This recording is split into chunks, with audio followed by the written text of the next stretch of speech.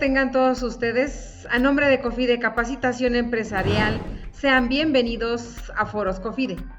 El tema que nos ocupa el día de hoy es ética profesional, normativa y aplicación. Para el desarrollo de este tema contamos con la participación de la maestra Trilce Fabiola Oviella Bueno. ¿Estamos, Trilce? Muy buenas tardes, qué gusto saludarlos a todos. La única precisión que yo tendría que hacer es que todavía no tengo el grado de doctor, espero que ya pronto, ya estoy terminando esos trámites, pero de ahí ya estamos. Muy bien, pero bueno, pues próximamente ya estarás en Harvard representando a nuestro país con una cátedra muy interesante en Derecho. ¿No es así, Trise? Así es, Alicia, fíjate, y gracias por traerlo a colación, la verdad es algo que me emociona mucho, como sabe tu auditorio, porque me has tenido a bien presentar, soy abogada, y para los abogados en concreto, la Universidad de Harvard, la Escuela de Derechos de Harvard, pues es un referente internacional, ¿no? Todos creo que en algún momento hemos soñado con ir a estudiar, y el día de hoy que, bueno, la próxima semana que vaya yo a dar clases, bueno, la verdad es que estoy fascinada. Muy bien. Bueno, pues enséñales mucho del derecho, de eso tú que manejas también y también, bueno, pues la parte de la ética profesional, ¿no? Muy bien. Oye, Trilce, bueno, cuéntanos, ¿tú cómo vives este tema de la ética profesional en el día a día?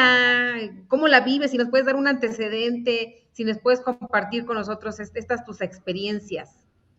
Muchas gracias. Claro que sí, fíjate que es un tema que es sumamente importante, que es trascendente y que muchas veces minimizamos. Y por eso es que foros como este creo que son tan importantes. Porque si bien es cierto que somos los seres humanos, somos seres sociales por naturaleza, ¿no? Yo soy de esta visión y de esta cosmovisión de que siempre estamos en interacción humana, también lo es y considero yo, y es una de mis tesis, de que también somos seres éticos por naturaleza. ¿No? Estas concepciones de antaño que dicen que el hombre es el lobo del hombre, la verdad es que yo discrepo un poco porque quiero, llámenme optimista si quieren, pero quiero visualizarlos más como que realmente el hombre quiere vivir en un estado armónico de bienestar y colaboración. Y la forma de lograrlo es a través de las pautas de comportamiento. En primera instancia, las pautas de comportamiento personales, que es lo que conocemos como moral. Pero cuando las externamos, las sociabilizamos y hacemos pactos, por así llamarlos, con las personas con las que vivimos, pues empezamos a generar pautas sociales, pero también empezamos a generar estas ideas de la ética.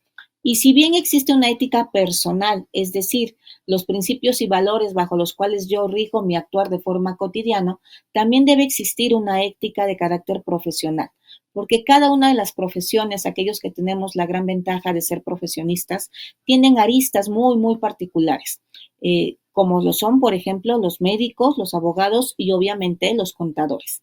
Y en este sentido, y respondiendo ya de forma más concreta, y tú interrúmpeme porque yo hablo hasta por los codos, ¿cómo se vive la ética? Yo creo que siempre se vive en dos dimensiones de forma simultánea, la ética profesional y la ética personal.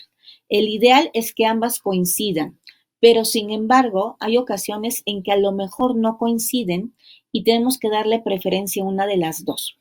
Y precisamente foros como este o cursos como los que se dan en COFIDE nos enseñan justamente a tener las herramientas o los lineamientos para saber a qué le doy preferencia.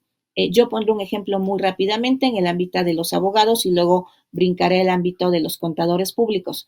Pero, por ejemplo, si yo soy un abogado y mi ética personal me impide defender a un violador porque creo que ha cometido un ilícito que va en contra de la dignidad de las mujeres, pues si soy un abogado privado, me puedo dar ese lujo o ese privilegio de decir, no lo defiendo, porque soy privado y aquí le estoy dando preponderancia a mi ética personal en función de mis valores, principios y creencias. Pero si soy un abogado de oficio y me llega su expediente, por supuesto que no puedo decir que no lo voy a defender en función de mis creencias, ¿no? O de mis ideas o de mis valores.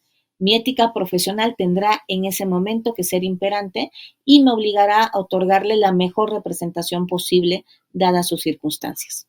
Pero, y ahorita me voy al ámbito del contador, pero les decía yo, cuando hablamos de ética profesional, pues en base a qué tomo estas herramientas. Y aquí, en este ejemplo, es, entre comillas, muy fácil solucionarlo, porque no estoy obligado como abogado de oficio a hacer que mi cliente sea exonerado.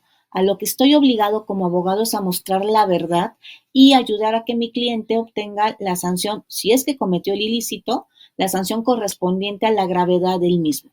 Es decir, no es que yo lo quiera sacar de la cárcel a toda costa, sino más bien ayudar a que su proceso sea como se tiene que realizar y la sanción sea la oportuna al ilícito que cometió. También existe el supuesto de que es inocente, en cuyo caso, bueno, la intención sería obviamente demostrar que es inocente, pero en ese sentido, pues no habría ninguna discrepancia entre mi ética personal y la profesional.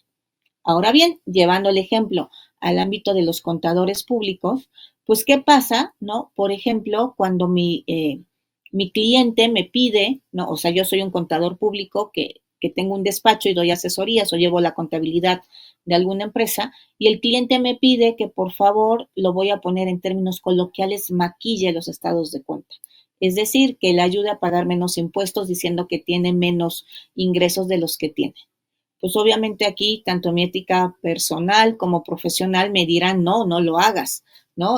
No es correcto porque realmente estás mintiendo, estás cometiendo una falta grave a la ética, pero en este caso también estaríamos cometiendo un ilícito, ¿no? Y también podríamos nosotros ser sancionados y ser responsables de estas actividades. Y es bueno saberlo para saber dónde estamos parados, ¿no? Y qué herramientas tenemos también para ayudarnos al ejercicio cotidiano y cómo saber cuándo realmente, por ejemplo, un favor o una acción que puede ser inocente nos puede llevar a cometer una falta ética profesional y posteriormente incluso un ilícito que puede ser sancionado. Se me ocurrió ahorita también que uno de mis clientes me regala este, algún, algún presente navideño, ahora que estamos muy cercanos a estas fechas, y pues hay de presentes a presentes, digo, no es lo mismo que me regale una agenda a que me regale un Lamborghini, ¿no? Por ejemplo. Entonces, ¿en qué momento, si los dos son presentes, ¿no? ¿En qué momento estoy faltando a la ética profesional al aceptar el regalo o no aceptarlo? Bueno, parte también de la idea que platicaremos, ¿no? En un futuro cercano es ver justamente la cuantía y el porqué y el contexto, ¿no? De los presentes que me puedan generar.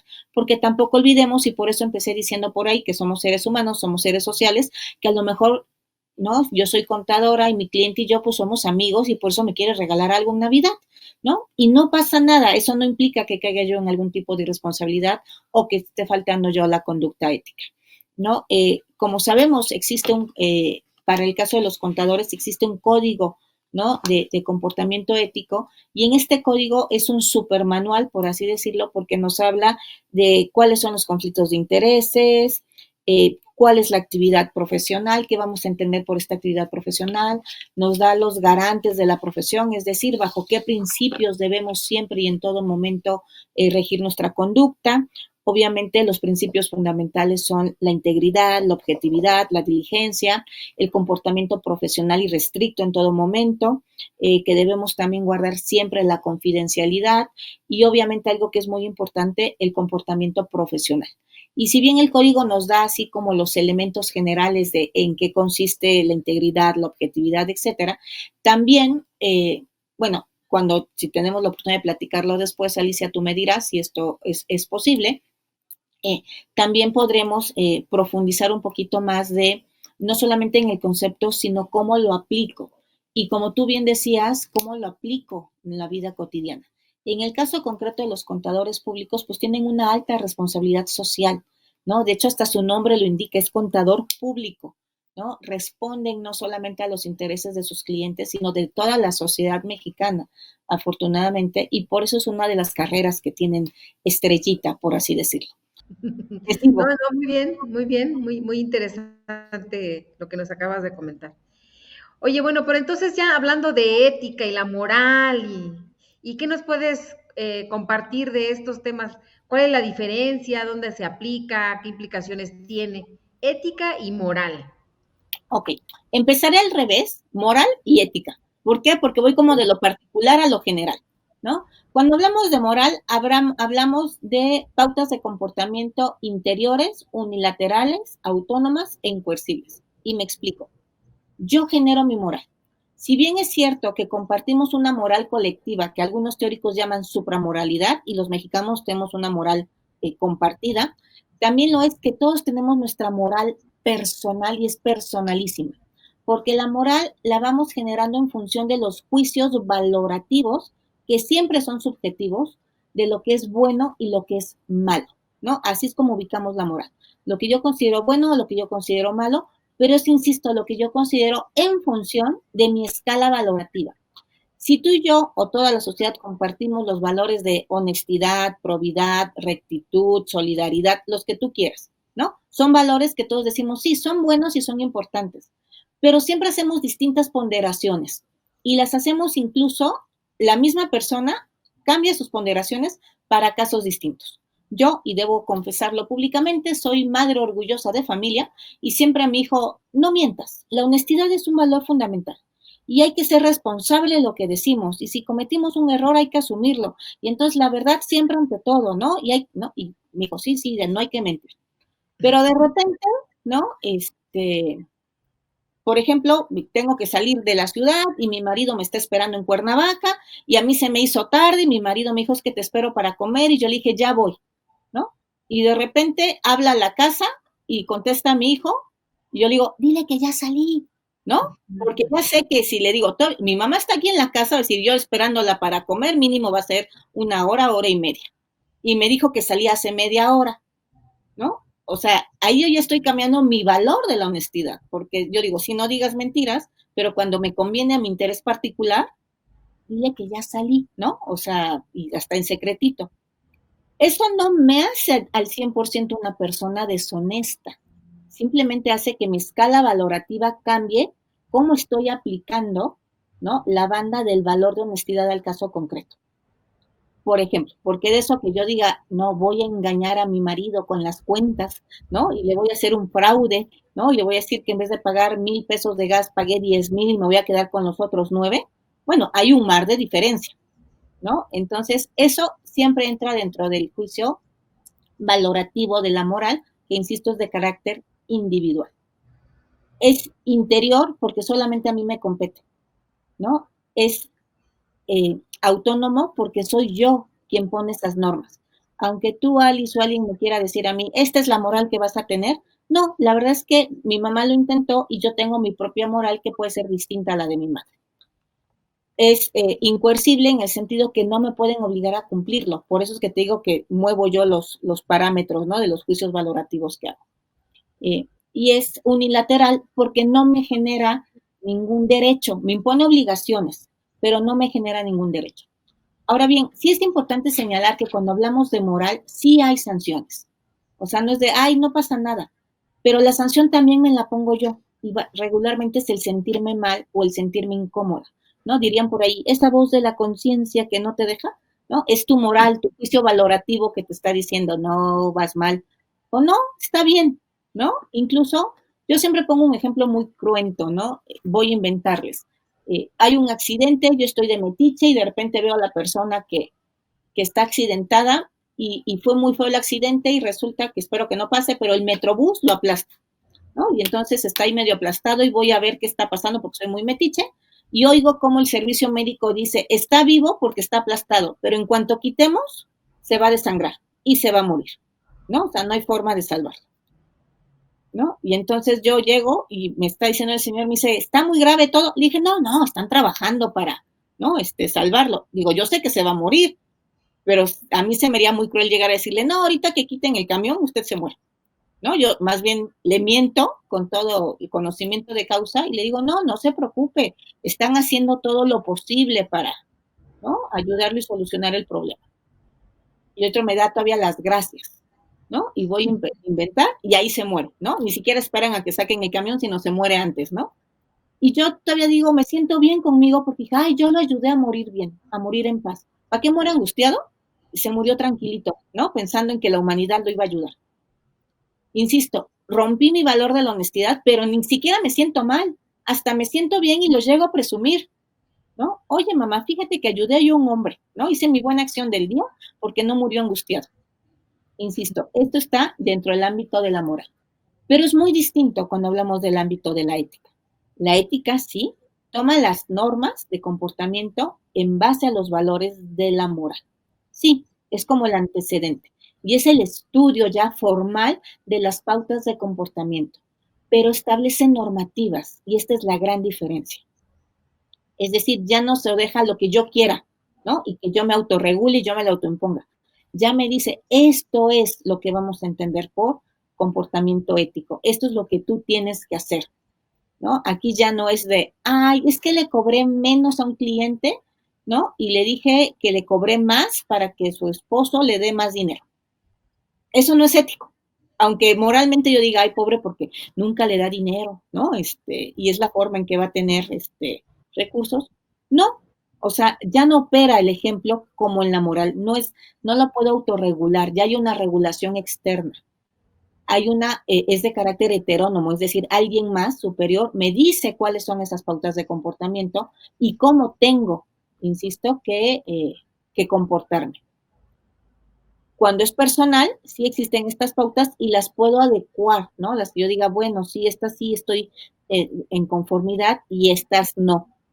Yo no sé, esto es un chisme, yo no sé, yo vi por ahí una nota en una red social que una importante cantante femenina había rechazado ir a cantar a la inauguración del Mundial. Y a mí me dio mucho gusto porque rechazó ir a cantar esta inauguración, según decía la nota, por una cuestión, un ejercicio de ética personal, de decir, yo no quiero apoyar la forma en cómo las mujeres son tratadas, ¿no? En el país donde se está desarrollando y entonces yo no participo. Digo que es una leyenda porque luego lo comenté en un desayuno y me decían, no, no es cierto, es publicitario, no le invitaron, ¿no? Y no le invitaron porque es mujer, ¿no? O sea, y dije, ay, bueno, puede ser, no lo sé. Pero bueno, esto entraría dentro de pautas de comportamiento de éticas personales. Pero voy a inventar, el agente de esta mujer firma el contrato y está autorizado para tal efecto. La otra ya no se podría negar en función de una ética profesional, porque tiene una relación contractual, ¿no? Para tal efecto. También es cierto que hay dispensas, ¿no? Como todo en la vida, porque hay ocasiones que las normas éticas me dicen que tengo que actuar de determinada forma, pero por las situaciones en concreto es imposible que me exijan actuar de esa forma. Y entonces hay dispensas. O dos, la situación no es blanco y negro, siempre son tonos grises, como todo en la vida. Y entonces, por ejemplo, en el caso de los contadores existen algo famosísimo que a mí me encanta, la figura que tienen en el código ético para la profesión contable, que son las salvaguardas. Porque una salvaguarda me permite minimizar los riesgos, ¿no? O sea, así como de los daños, el menor. Y si con la salvaguarda minimizo el riesgo y logro quitarme de la situación de riesgo, ya la hice. No estoy incumpliendo ninguna norma de carácter ético y puedo seguir haciendo la actividad que estaba poniendo en riesgo o en duda el comportamiento ético. Entonces, insisto, y lo ético siempre es externo, o sea, no se queda en lo que yo pienso, en lo que yo siento o en lo que yo creo, o sea, siempre es una manifestación externa que los demás pueden ver. Y que y tiene que es regulada por alguna autoridad. exactamente, a eso es lo que voy. La sanción ya no es de que me sienta yo mal o bien, ¿no? La sanción, ya alguien me califica y me dice, sí, lo hiciste bien, sigue adelante. O sabes qué, pasó algo y ahí va la sanción. Ojo, y la sanción puede ser desde una amonestación de, ay, bueno, no lo vuelvas a hacer porque no es grave, hasta llegar a consecuencias de carácter jurídico. Y vas a la cárcel, ¿no? O, bueno, no vas a la cárcel, pero que te inhabiliten para ejercer tu profesión, ¿no? Como le pasa a los médicos, a los abogados y a los contadores. Y para mí eso es gravísimo. Imagínense 20 años, ¿no? Litigando y de repente me digan, ya no puedes vivir de esto, ¿no?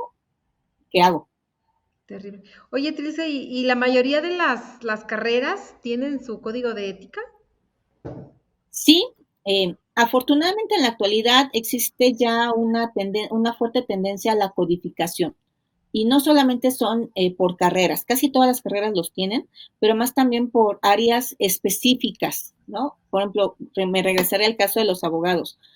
Hay código de ético del Poder Judicial, código de ética de la Facultad de Derecho de la UNAM, código de ética de la UNAM, ¿no? O sea, estamos afortunadamente ya poniendo todas las pautas de comportamiento para ponernos de acuerdo, porque vuelvo a insistir, lo que es bueno para mí a lo mejor no es bueno para ti, Alicia, entonces que alguien nos diga qué es lo bueno para la profesión, Ujú. ¿no? Y les ocurre también mucho a los médicos, ¿eh? Y perdón que te ponga yo el ejemplo, no haré el comercial, pero lo pongo mucho en clase, porque una vez vi un programa de televisión donde un médico, era un hospital, llegaba un joven sentenciado a muerte, ¿no? O sea, el Estado lo iba a matar. Llega este joven sentenciado a muerte y le tiene que hacer una operación de cerebro para salvarle la vida. Pero hoy es viernes y lo van a matar el lunes, ¿no? Y además era donador de órganos, ¿no? Y había alguien que necesitaba sus órganos. Entonces, los residentes del hospital le decían, pues lo van a matar el lunes, ¿no? Y por inyección letal, entonces no nos van a servir sus órganos porque pues los van a envenenar. Pues déjalo morir, o sea, no lo operes, ¿no? O opéralo mal y que se muera en la plancha, y pues ya nos quedamos con sus órganos y salvamos a 8 personas o no sé cuántas, ¿no? Por todos los órganos. Y el médico dijo que no. Dijo, perdón, o sea, pues sí es muy criminal, muy lo que sea, pero yo como doctor tengo la obligación ética profesional de salvarle la vida, aunque el Estado lo mate en 3 días, ese ya no es mi problema. Y yo le voy a operar el cerebro y lo voy a salvar si puedo. Y fue lo que hizo. ¿No? Y nosotros viéndolo desde afuera diríamos, no, qué cruel, qué rudo, si estos hombres lo van a matar y además era un criminal. No, o sea, el médico estaba cumpliendo con su código ético. Con el juramento de Hipócrates. Exactamente, ¿no? Que además es lo que esperamos de un médico, ¿no? Esto también creo que es muy, muy importante porque siempre hablamos de la ética vista desde uno hacia afuera, pero vista desde afuera hacia adentro, creo que toda la sociedad es lo que espera, ¿no? De las personas que elaboramos en ella, que cumplamos con los compromisos éticos de nuestra profesión, sea la que sea. Sí, sí, sí estamos de acuerdo. Y bueno, entonces, ¿cuál es la importancia de la implementación de la ética personal y profesional? Pues la importancia es que sin ella dejaríamos, a mi juicio y consideración, de ser seres humanos, ¿no? ¿Por qué? Porque es lo que nos permite precisamente tener esta convivencia armónica en sociedad, es lo que nos permite hasta cierto punto distinguirnos de otras razas, ¿no? Hablo de los animales en concreto, porque los animales no tienen comportamientos éticos, o sea, no reflexionan sobre estas cuestiones, sino actúan por instinto, por naturaleza. Los seres humanos, por el contrario, al hacer estas reflexiones y marcar estas pautas de comportamiento, estamos generando comportamientos éticos. Si yo tengo hambre, pues para mí sería muy fácil agarrar el lunch de mi vecino, pero no lo hago porque no, o sea, controlo el impulso y no debo hacerlo. Yo tengo perros y si mi perro tiene hambre y el de al lado tiene salchicha, se come el de al lado, o sea, no le interesa, no está, ay, es su salchicha, ¿no? No debo comerme. Hay que respetar la comida de los demás. No, o sea, esas son características inherentes a los seres humanos y creo que el comportamiento ético sí debe coincidir en lo personal y en lo profesional todo el tiempo. Hay que ser congruentes con lo que pensamos, decimos y hacemos. Muy bien. Oye, si me permites comentarle aquí a nuestro auditorio, esta sesión es de ustedes. Por favor, siéntase con toda la confianza de preguntar este tema tan interesante en el comportamiento del ser humano, que es la ética. Que, bueno, Trilce, por supuesto, que nos ayudará con las respuestas acertadas de este tema, ¿no? Y fíjate que justo tenemos por aquí una pregunta de Sabas Montaño. Dice, ¿qué papel juegan los derechos humanos en la conducta ética de los profesionales? ¡Wow! ¡Qué preguntón! Yo creo que es la columna vertebral de las conductas éticas, los derechos humanos. Para el resto del auditorio, me permitiré explicar un poquito más. Los derechos humanos son todo aquel conjunto de derechos y prerrogativas que tenemos todos, que son irrenunciables, imprescriptibles, que son de carácter universal y progresivos, es decir, que siempre tienen que ir aumentando, ¿no? El grado de eficacia. Y siempre versan sobre un eje central que es la dignidad humana. Es decir, cuando hablo de un derecho humano, siempre su objetivo final es salvaguardar la dignidad humana de la persona. Por eso es que son tan importantes. ¿Y cómo están vinculados con la ética profesional? Pues bueno, están vinculados a todo lo que da, porque justamente uno de los objetivos de la ética es materializar de forma tangible los valores socialmente aceptados, ya sea en la profesión o en la sociedad en general, ¿no? Que salvaguarden justamente la integridad de las personas. Entonces, ahí es donde yo veo el match y donde sí puedo decir que yo creo que debe ser la conducta fundamental. Yo les decía hace ratito, ¿no? Que en el Código de Conducta Ética del Profesional Contable nos hablan de integridad, nos hablan de objetividad, nos hablan de la secrecía o la confidencialidad. Si ustedes ven estos principios generales, pues tienen que ver con derechos humanos fundamentales, ¿no? La integridad, pues, obviamente, con la dignidad, con el respeto, con la libertad. La objetividad, pues también tiene que ver con la libertad, ¿no? Con el libre ejercicio, con la igualdad, con la equidad. Si hablamos de compromiso profesional y principios de secrecía, ¿no? O sea, de que yo no puedo andar compartiendo la información de mis clientes, por ejemplo, pues también regresamos a máximas. Y aquí sí debo hacer mención de un derecho humano que yo creo que es muy importante y que cuando menos en la universidad está empezando a hacer mucho ruido, que es el derecho humano a la educación, porque la educación es un derecho accionante, es decir, si a mí me educan, ¿no? Si yo tengo acceso a la educación, puedo conocer cuáles son mis derechos, puedo conocer cuál es la ética, puedo aplicarla y puedo ejercerla. Pero si no tengo educación, pues quedo como en una laguna y me quedo a la buena de Dios con lo que me quieran reconocer o lo que me quieran dar los demás, ¿no? Por eso es que la educación y la información es tan importante en la actualidad en temas de ética. El acceso a la información de carácter público, siempre y cuando no sea reservado, es decir, que no tenga que ver con la dignidad humana, o sea, de que no compartan mis datos personales por cuestiones de seguridad, ¿no? Por ejemplo. Pero de ahí el hecho de que compartan dónde trabajo, qué es lo que hago, etcétera, está bien, porque en mi caso, en términos generales, trabajo en la UNAM y pues bueno, estoy al servicio público, ¿no? Al fin y al cabo, el Estado es quien termina pagándome el salario. Entonces, sí hay una vinculación directa. No sé si me expliqué. Sí, sí, sí, sí, perfecto. Oye, y esta parte que comentas de la educación, que anda haciendo mucho ruido en la universidad, ¿por qué ahora o por qué está generando polémica? Más que polémica, está creciendo, ¿no? ¿Y por qué ahora? Porque afortunadamente ya hemos avanzado en la salvaguarda y consagración de otros derechos, ¿no? O sea, yo vuelvo a insistir, yo tengo, como ser humano, tengo necesidades básicas y una vez que las cumplo, empiezo a tener otras necesidades, las cuales yo no había visto hasta que cumplo con las básicas, ¿no? O sea, Como la primero, pirámide de Maslow. exactamente, tal cual, ¿no? Y yo creo que es el punto en el que estamos ahorita. Antes, las políticas educativas en este país eran informativas, es decir, nada más nos daban datos, ¿no? Y apréndetelos y nos daban herramientas para ser productivos en la vida. Y ahora las políticas son de carácter formativo, ¿no? O sea, sí te sigo dando los datos porque son importantes, pero también te doy lo que se denomina habilidades blandas, que son muchas veces más importantes, donde entra, por ejemplo, la famosísima inteligencia emocional, tan necesaria, ¿no? Y que tiene que ver precisamente con este derecho a la educación integral, porque también nos lleva al derecho un medio ambiente sano y nos lleva o sea, insisto, a ejercer otro tipo de derechos que antes decíamos, pues bueno, no es que no fueran importantes, pero no los visibilizábamos. Y creo Ok, que mande. quiere decir que se cambiará la currícula, que se cambiarán los temarios, que se incorporarán pues estas habilidades blandas, o cómo es que se están incorporando a la parte educativa. Bueno, en todo el país habría que preguntarle a la Secretaria de Educación Pública. En la Facultad de Derecho de la UNAM, de primera mano, porque yo trabajo ahí, te puedo decir que el currículum ya se cambió, ¿no?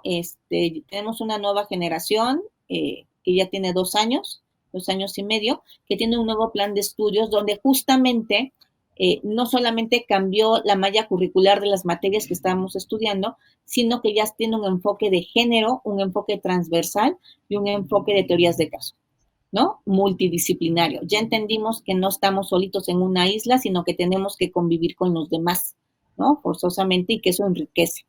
Y eso es lo que nos permite generar este tipo de habilidades blandas. Yo creo que todas las escuelas o todas las universidades están como en este proceso, pero sí es de carácter pues individual, personal, institucional, por así decirlo. Todos vamos para allá. También algo que no debemos perder nunca de vista es que los currículums o la formación informal hoy por hoy es tan importante como la formal. Es decir, la televisión, la radio, los medios digitales, las redes sociales, también me informan y también me forman, ¿no? Dentro de los procesos educativos. Ya no es solamente lo que la escuela dice, ¿no? Sino ya es un contexto más amplio de donde me llega la información y me va formando, ¿no? Y me va generando pensamiento crítico o me va deformando mi pensamiento crítico, ¿no? Porque hay de todo. Más global. Más global, exacto. Muy bien, porque fíjate que justamente este tema de habilidades blandas y demás las encontrábamos ya cuando estabas en el ejercicio pues de tu carrera, de tu profesión, ¿no? Como un área de capacitación dentro de las empresas, ¿no? Entonces, que se incorpore a la currícula dentro de la escuela, de la universidad, pues es algo muy, muy importante, muy interesante. Creo que son habilidades justamente las blandas, por ejemplo, de liderazgo, de comunicación, todo eso pues que son fundamentales en el desarrollo profesional, ¿no? Así es, fundamentales e indispensables. Porque antes decíamos, ay, es un plus, ¿no? El que seas líder es un plus, ¿no? Porque, bueno, te coloca en una situación de privilegio. Pero en la actualidad, entendiendo al liderazgo ya no unipersonal, sino colectivo, pues es una necesidad, porque te genera otras habilidades como la empatía, la solidaridad, ¿no? El crecimiento, el carisma, etcétera. Y como tú bien decías, se está tornando esto global, o sea, ya no, yo desde hace ratito el cine, ya no vivimos en una isla, ¿no? Ya nos dimos cuenta que es una formación rocosa enorme, ¿no? Y que todos estamos conectados. Y que es indispensable tenerlas para tener un buen ejercicio profesional. Hoy por hoy no se puede entender a ningún profesional que no pueda generar empatía con otros trabajadores, porque entonces no hay trabajo de equipo, ¿no? No hay trabajo de arriba hacia abajo, no hay trabajo horizontal, ¿no? Forzosamente la empatía es una habilidad que tenemos que desarrollar. La motivación, ¿no? Que muchos nos hablan ahora de las nuevas generaciones que son de cristal y que no las puedes tocar porque nada les gusta, ¿no? También regresando de épocas de la pandemia, ¿no? Que ya estamos en la colita, pero que todavía nos sigue pegando un poquito, muchas habilidades sociales se fueron limitadas. Es necesario volverlas a generar porque si no, no vamos a poder interactuar con los demás. Claro, mira, Tilsi, y luego sobre todo tanto cambio que vivimos en la actualidad, ¿no? Digo, en el último foro económico mundial, fíjate, señalan unos datos bien importantes, que hay 79, 85 millones de puestos, de trabajos, que van a ser cambiados o que se van a tener que recapacitar, ¿sí? Porque vienen 95 millones de nuevos empleos, donde estos nuevos van a tener que colaborar, van a tener que trabajar con el humano y compartir trabajo con las máquinas. Wow. Entonces imagínate, son cambios drásticos que impactan mucho a la parte de la educación, de la capacitación, de que nos tenemos que seguir preparando, ¿no? Y estas cifras que te estoy comentando se espera que sean para el 2025 y bueno, y decimos, y nos vamos a esperar para el 2025 para hacer este cambio, esta recapacitación que tenemos que hacer dentro de las empresas, en las escuelas, en todo. ¿Para qué? Pues para que estos cambios pues, no nos agarren tan desesperados, ¿no? Y que podamos subsistir con estos cambios tecnológicos y demás y con estos cambios que tenemos que enfrentar de compartir el trabajo del humano con la máquina, pues. Y fíjate que estás tocando temas trascendentes, Alicia, muchas gracias, porque ahora que lo decías, estos datos, yo recordaba una frase de Fleming que dice que el éxito de la actualidad en materia educativa es que tenemos que preparar a las generaciones actuales para trabajos en el futuro que desconocemos. Porque antes los preparaba, ah, vas a vivir esto y entonces te doy estas herramientas y vas a estar muy bien. Pero como ahora dices, no sabemos para qué los tenemos que estar preparando, y entonces los tenemos que preparar para absolutamente todo, y otra vez volvemos a las habilidades blandas, la resiliencia, ¿no? Forzosamente tienen que tener una capacidad de adaptación, manejar buenos umbrales de frustración, porque pues, no sabemos qué va a pasar. Y cuando hablas de las máquinas, a mí entre que me da susto y me da alegría, porque veo las películas de El futuro nos alcanzó, ¿no? Y he escuchado muchas posiciones desde el punto de vista académico y de la doctrina, de que dicen, no, es que no podemos dejarnos gobernar por las máquinas o que las máquinas tomen decisiones porque le falta la parte de sensibilidad o de valores humanos. Pero después hay otras posiciones que dicen, sí, está bien, que les falta, pero eso se logra con un algoritmo de que alguien las programe, ¿no? Porque también cuántos humanos gobiernan mal o generan políticas incorrectas en función de sus emociones e intereses particulares, cosa con la que no viviríamos con las máquinas, ¿no? Por ejemplo.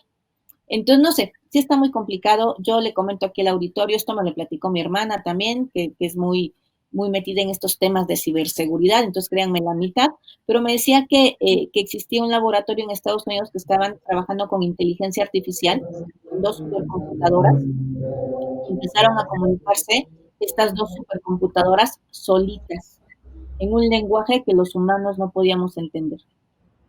Y entonces lo que hicieron estos expertos fue apagarlas, porque yo ya me imaginé la película de que dominen el mundo, ¿no? Pensando en nuestro beneficio, ¿no?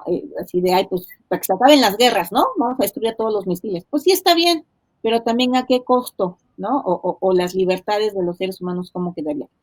Alicia, tienes toda la razón, o sea, no sé qué vaya a pasar en el 25, porque más nos tenemos que subir al carro, no nos podemos quedar. La brecha digital también es una cuestión que existe en la actualidad. Ahorita que decías de los empleos que se van a generar, yo leí un dato del Banco Mundial donde hablaba justamente de la brecha digital y de que estaba preocupado que porque es un porcentaje, ellos hablaban de Europa, ¿no? Básicamente, bueno, hablaban de España, ¿no? Ya los estoy quemando, pero que decían que aproximadamente el 70% de la población española hoy por hoy no estaba capacitada, ¿no? Para eliminar la brecha digital que existe o que va a existir por los nuevos requerimientos de los empleos que se van a tener. Así es, y mira, bueno, si estamos hablando de datos duros y estadísticas, también en base a unos estudios que realizó OCC Mundial, dice que en México únicamente el 41% de los colaboradores que trabajan para una empresa, para un patrón, son capacitados por el patrón. Entonces, están muy bajos, pues, ¿no? Están muy bajos esos porcentajes. Yo creo que sí le tenemos que apostar a la parte de la capacitación, porque bueno, los retos que se avecinan son grandísimos, ¿no? Grandísimos, y bueno, y que es una realidad, que lo estamos viviendo, pues, ¿no? ¿Sí? Si quieres optimizar tus procesos, si quieres ser mejor en el área, si quieres ser competitivo, pues tienes que capacitarte en nuevas tecnologías y que esas nuevas tecnologías convive el humano con la máquina, ¿no? Antes algún proceso que a lo mejor había 5 personas que lo realizaban, no sé, me imagino una banda donde están circulando por ahí el proceso para armar calzado, ¿no? Pues que uno le ponía el pegamento, otro recortaba y llegaba hasta el último el ensamble.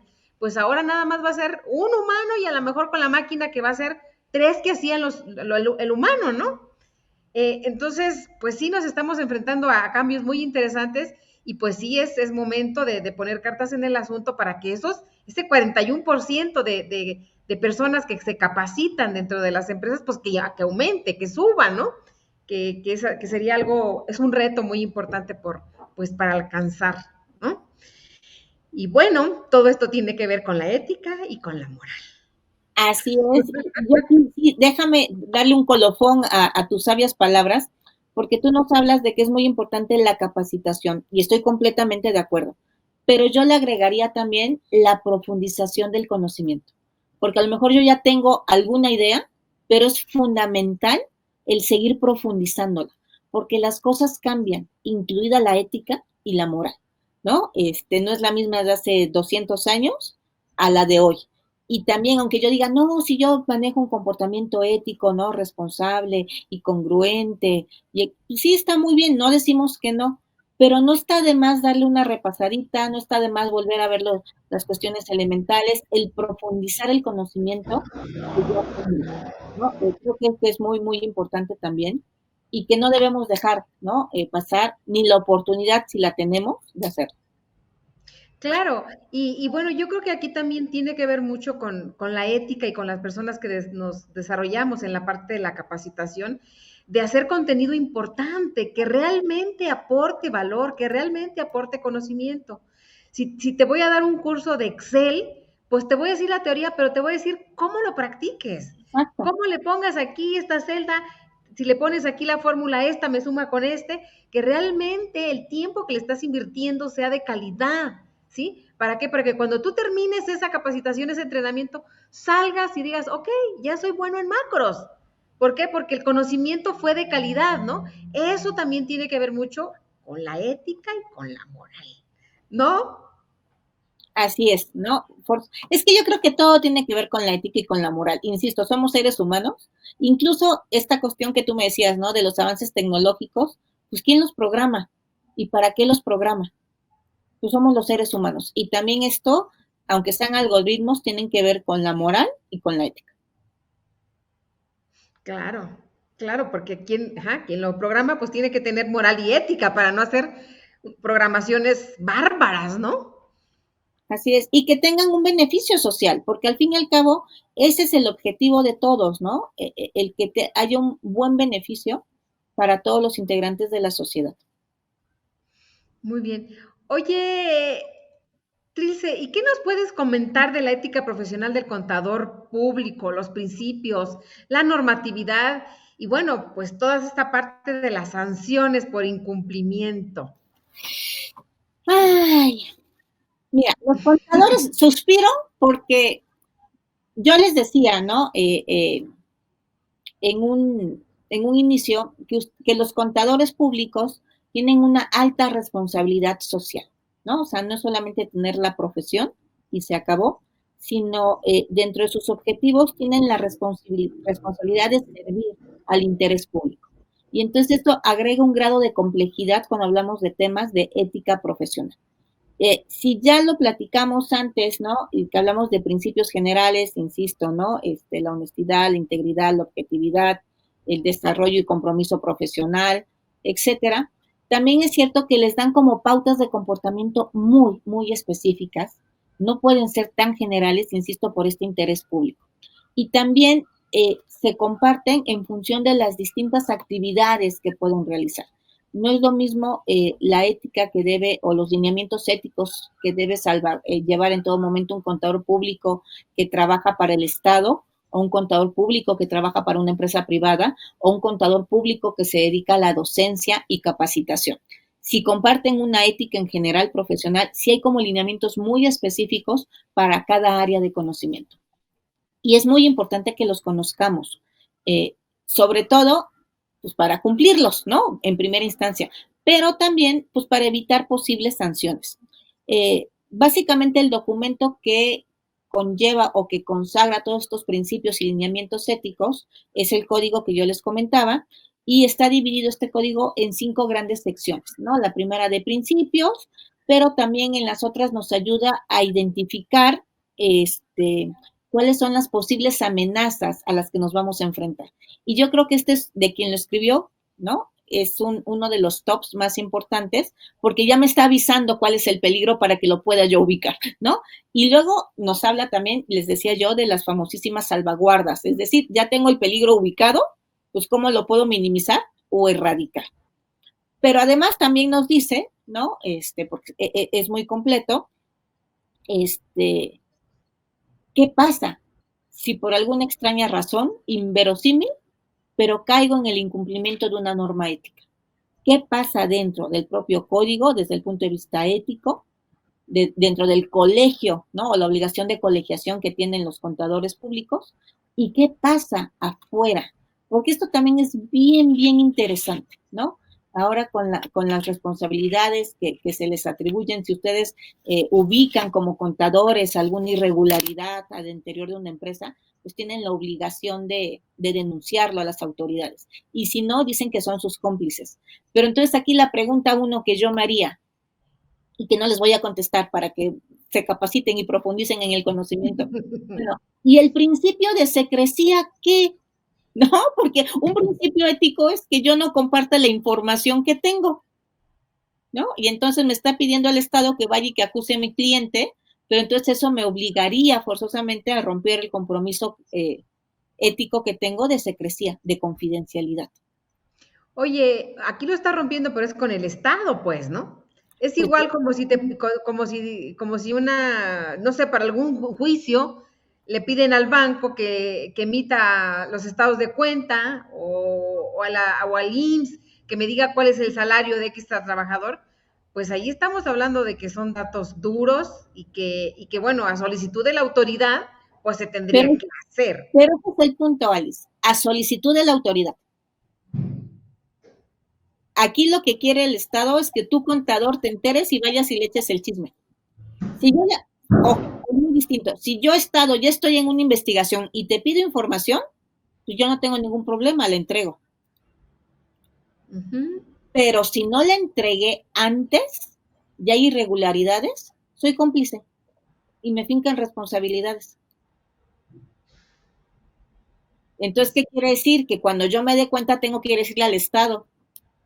Pero entonces, como no hay requerimiento de la autoridad, porque soy yo quien le está yendo a decir, pues estoy rompiendo un principio ético. Si no está sencillo, ¿eh? Si hay dilemas en la aplicación, ¿no? De la ética, en la realidad. Este es uno muy claro. Y que a mí, bueno, a mí no me quita el sueño porque no soy contador, pero además de un contador, yo esperaría que se lo quitara,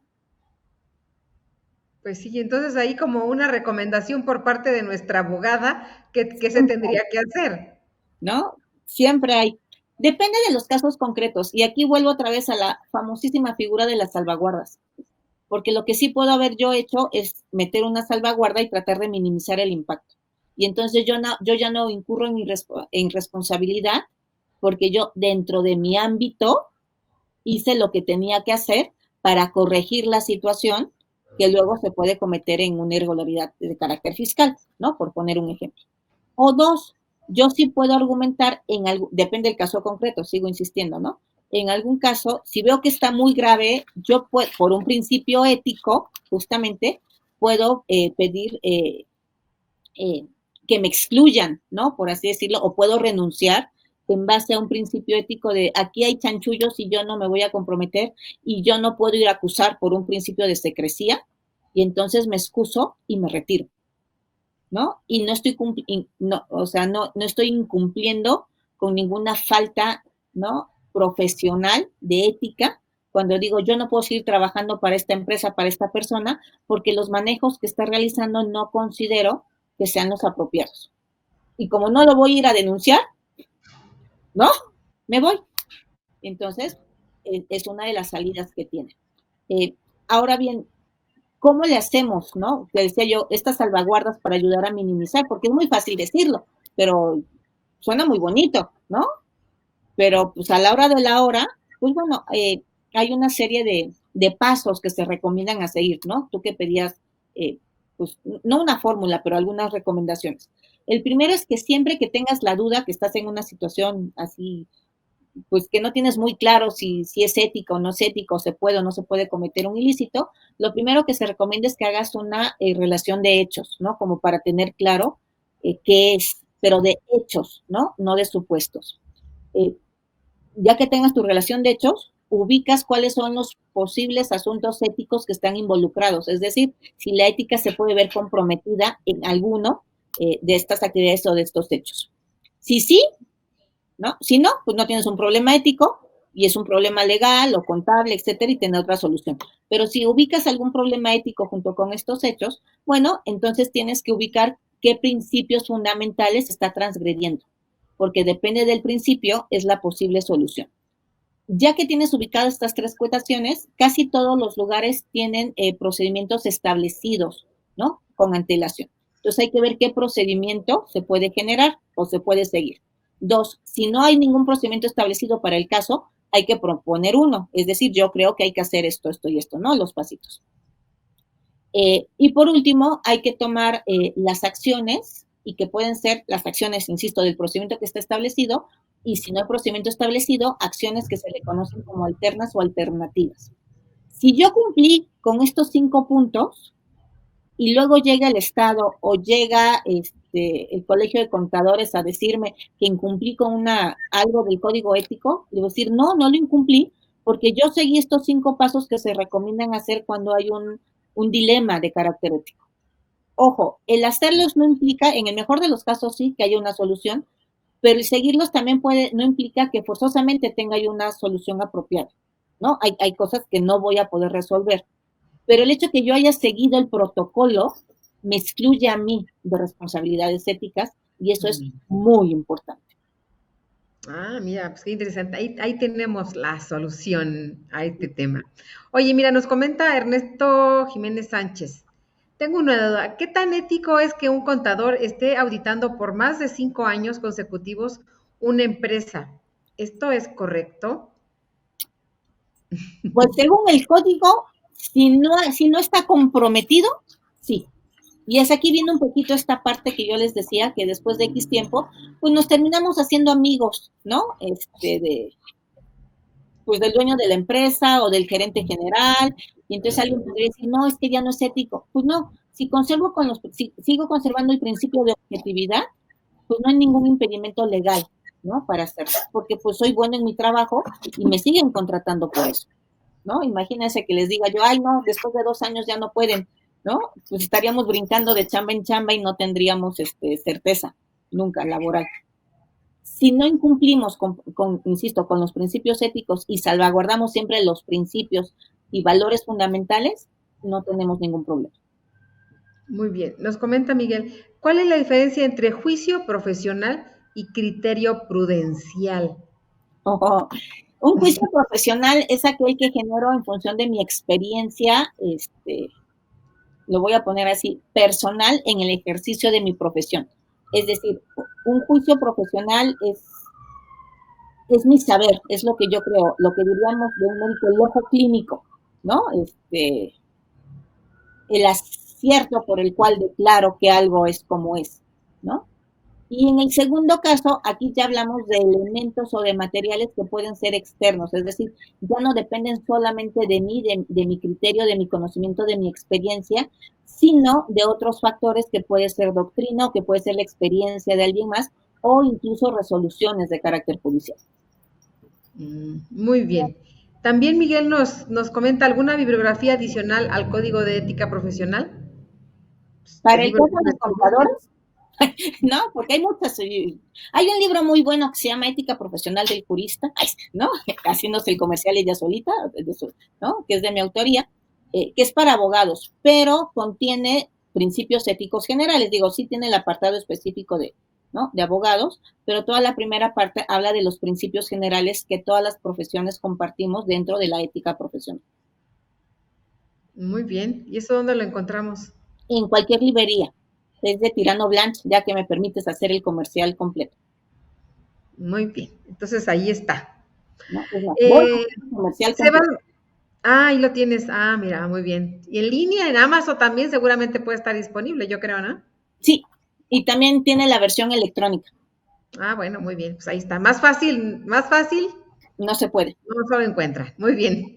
Nos sigue comentando Sabas Montaño. Creo que estamos entre un gran reto a nivel global, ya que los grandes corporativos multimillonarios, llámese BlackRock, Amazon, Google, etcétera, han mostrado mayor poder que los estados, dejando ver la ausencia de ética tanto del Estado como de los corporativos.